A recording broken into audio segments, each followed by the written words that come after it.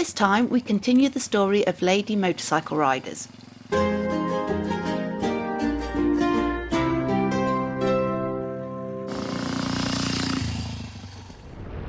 Back in the day, as they say, a woman riding a motorcycle was a pretty extraordinary thing.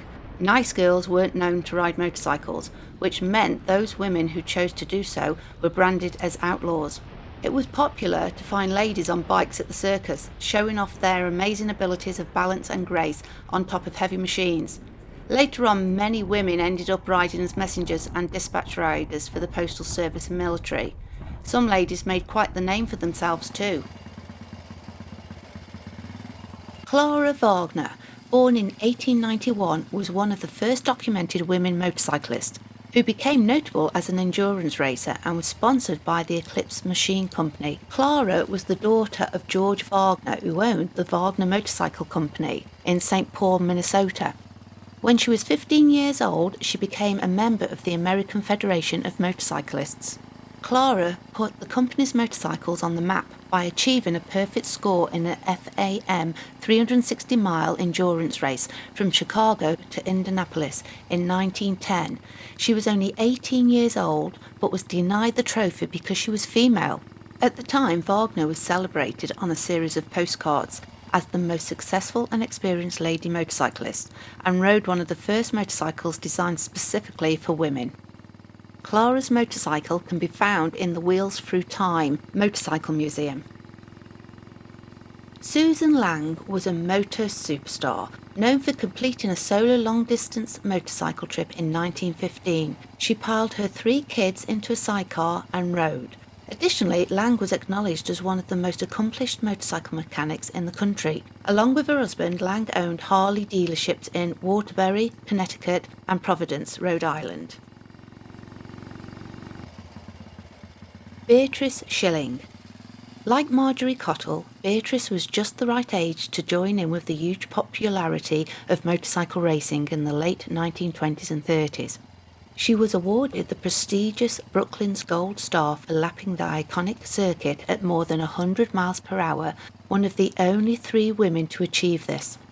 Also a highly qualified engineer, she was recruited by the Royal Aircraft Establishment and developed a technique for restricting fuel flow into the engines of the Hurricane and Spitfire fighters during World War II. This would stop them losing power or cutting out entirely, and no doubt saved many lives. Her invention, which was essentially a small metal washer, which became nicknamed Miss Shilling's Orifice. Years later, she was awarded the OBE for her wartime service and spent many years after the war racing vintage sports cars with her husband. Yorkshirewoman Florence Bleckeron was born in 1904 and first rode a motorcycle in her teens. By 1928 she was starting out in a racing career, taking part in the first ever ladies' race at Brooklands. Florence won her first race in the 3-lap all-comers handicap, and in 1933 she met Teresa Walsh. The following year, Florence was the first woman motorcyclist to ride at an average of over 100 miles an hour on the Brooklands track, riding her 500cc Brindley Peerless. Teresa Walsh, born in 1909, is said to have taken her first engine apart in her bedroom when she was only 18 years old, a vital part of the experience of any would-be motorcycle engineer, and later attended the Northampton Polytechnic Institute in London. As the only female engineering student in her year, Walsh became a practicing engineer and joined the Women's Engineering Society in 1929. In 1939, Teresa would emulate her friend's achievement, reaching an average speed of over 101 miles per hour on her 350cc Norton. Both Florence and Teresa were 2 out of only 3 women to ever win the British Motorcycle Racing Club Gold Star lapel badges for racing at the Brooklands track. In 1935, Florence Bleckeron and Teresa Walsh set off on a long-distance ride travelling 13,500 miles in 8 months from London to Cape Town, and would later be described by the American Motorcyclists Association as quite simply one of the most radical motorcycle journeys ever. Their plan was to travel by motorcycle, sidecar and trailer and to return the same way. And sidecar manufacturers Woodsonian added a sidecar and trailer. Bleckeron and Walsh's remarkable journey of endurance got little attention in the press, which was reporting on the international 6 days trial taking place in the Bavarian Alps. While Bleckeron's interest in motorcycles seems to have faded, Teresa Walsh had an extraordinary career late in life that focused entirely around her beloved machines. She travelled to the USA, toured by motorbike, worked as a mechanic despite facing opposition, and set up her own company importing British motorcycle models. Realising the need for quality training, she began to focus on teaching learner riders to ride safely. In 1970, her publication Easy Motorcycle Riding was a big hit, leading her to open the Easy Riding Academy. Walsh has been awarded membership to the AMA's Hall of Fame for her commitment to motorcycling.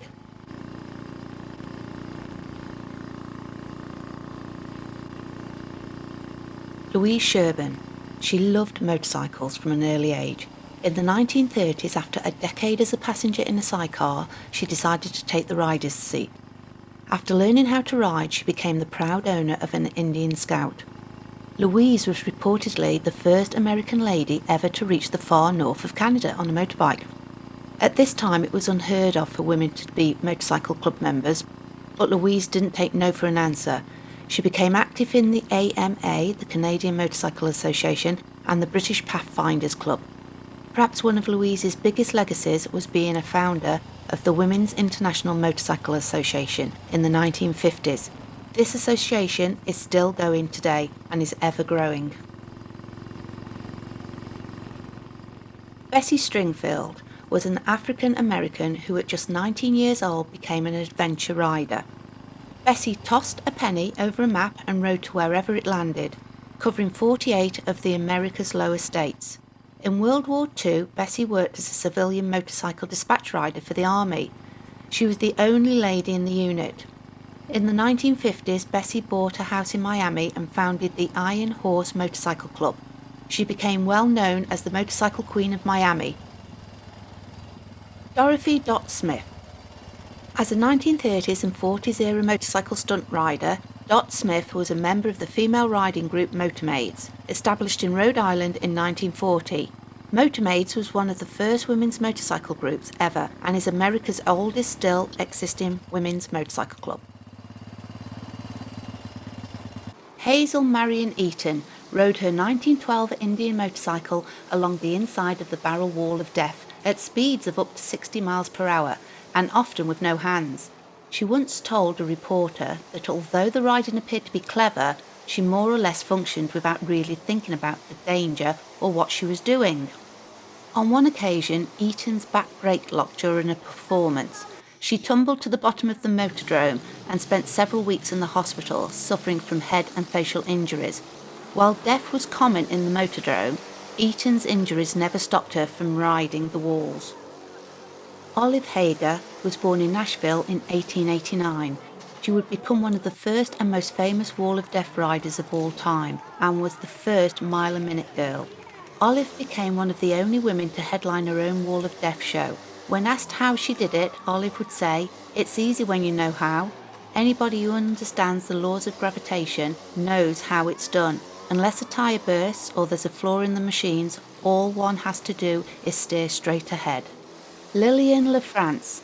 Born in 1894 as Agnes Mychet, she fled her family home in Kansas to join a travelling carnival. In 1924, after reinventing herself as Lillian LaFrance, she started racing motorcycles in the Wall of Death Motordrome attraction. As one of the most popular stunt motorcycle riders, male or female, in the 1920s and 30s, Lillian was known as the girl who flirts with death.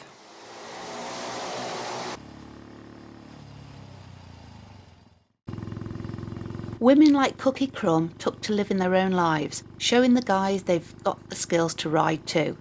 At just 18 years old in 1949, she became Miss Cookie, Queen of the Daredevils, and was hired by Motordrome.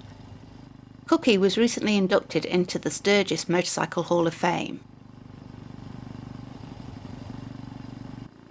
And like all the ladies in this video, she's a true inspiration to us all. What other bike-related subjects would you like us to cover in the future? Drop us a comment below.